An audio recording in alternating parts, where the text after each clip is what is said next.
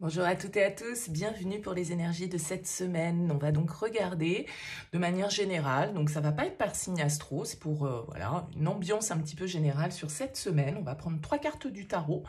On va utiliser pour ce tirage le Rider-Waite et puis je recouvrirai avec le Light Seers Tarot.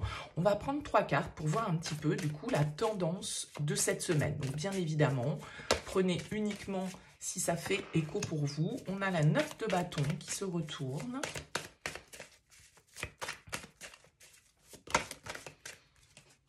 L'ermite, l'arcane majeur numéro 9.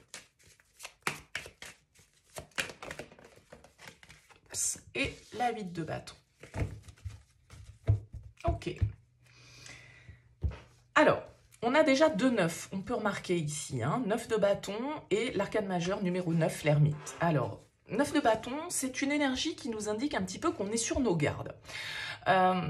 Voyez, ce personnage, il est blessé, il a déjà livré bataille, on va dire. Donc, il est plutôt en mode repli, protection.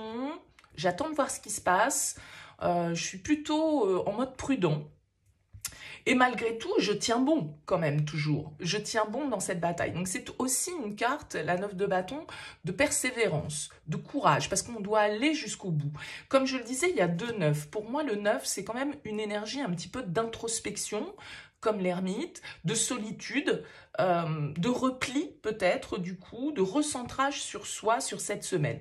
La carte de l'ermite ici va nous parler justement de ce besoin de repli, de ce besoin de solitude, de ce besoin de réflexion. L'ermite est une carte de sagesse qui invite à l'introspection parce que c'est dans le silence et le repli qu'on peut trouver certaines réponses à nos questions.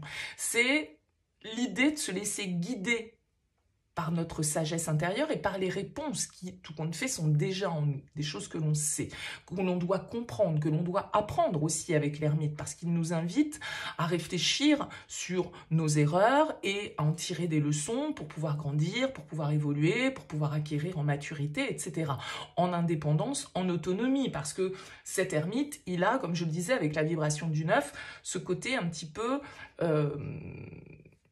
indépendant, autonome, seul, mettez-y le terme que vous voulez, mais en tout cas, voilà, ça nous parle, vous remarquerez que ces personnages sont seuls ici, sur la carte. Alors, on a la 8 de bâton. La 8 de bâton, du coup, elle peut nous parler d'accélération des événements. Avec la 8 de bâton, il y a une forme d'agitation, peut-être des nouvelles inattendues, peut-être voilà, un peu des opportunités, des choses qui se déclenchent, qui se mettent en route dans votre vie et sur lesquelles peut-être vous avez besoin de réfléchir, vous avez besoin d'en savoir un petit peu plus avant d'agir, avant de passer à l'action. Parce que peut-être qu'une fois que vous allez avoir enclenché l'action avec ce 8 de bâton, ça va partir. Tout de suite, les choses vont s'enclencher. Tout de suite, les choses vont prendre de la vitesse. Vous ne pourrez pas, on va dire, freiner peut-être l'évolution et les changements. Donc ça peut être ça pour certains d'entre vous.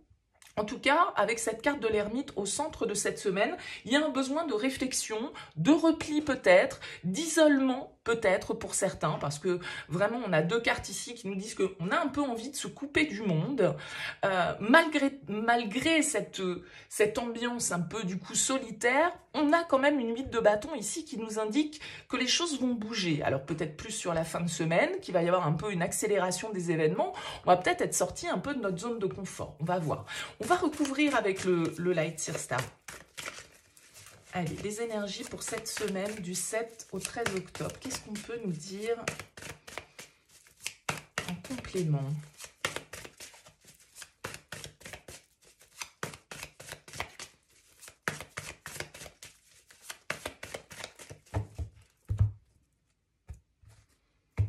La 9 d'épée, encore un 9, et la papesse, qui va également nous parler de réflexion, d'introspection, de sagesse, de silence, nécessaire pour vraiment suivre son instinct, en fait. Là, ça va marcher à ça. On a la reine de coupe, ici, sur le 9 d'épée, le 9 de bâton, pardon.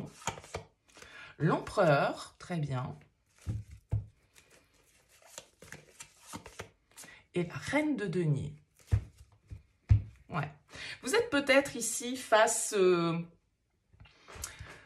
à une décision, à une action qui vous demande quand même pas mal de réflexion. Vous ne pouvez pas vous permettre d'agir sans avoir bien pesé les conséquences de ce que vous allez mettre en place, de ce que vous allez changer, de l'opportunité que vous allez saisir, du projet que vous avez envie de mettre en place, de la communication que vous avez envie d'avoir.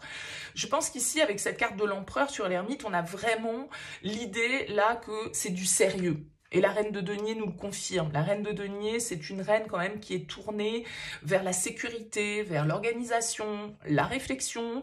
Donc, je pense que vous voulez peut-être ici vous éviter des remous émotionnels. Vous voulez pas être déçu. Vous voulez pas peut-être vous faire avoir. Vous voulez pas être trop dans la sensibilité peut-être, parce que vous avez besoin de réfléchir là de manière sérieuse à une question. Voilà, quel que soit, je dirais, le domaine de vie.